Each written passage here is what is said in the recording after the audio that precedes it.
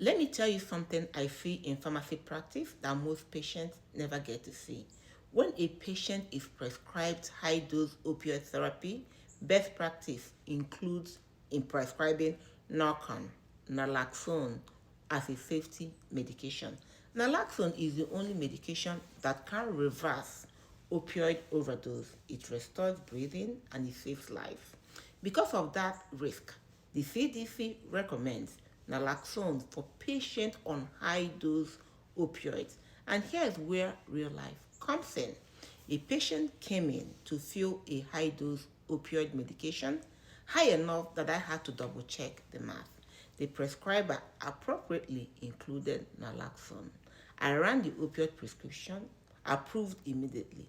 No prior authorization, no delay. I ran the naloxone, denied.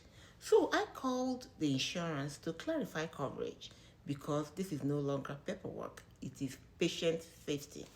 I spent about 30 minutes on the phone reviewing the case, and eventually I was given a specific NDC number that insurance said they would cover.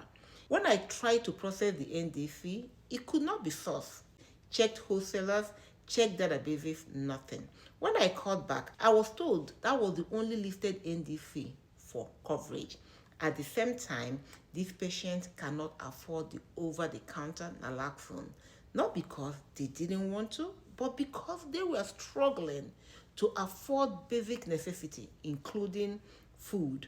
Paying $39.99 out of pocket simply wasn't realistic, and the pharmacists cannot dispense prescription medications for free. What this highlights is something important.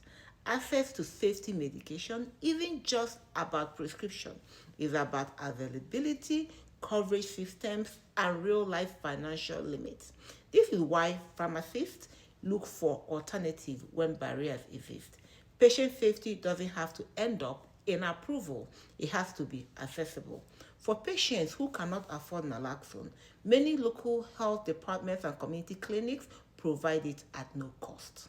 Ask your local pharmacist, they often help patients locate those resources.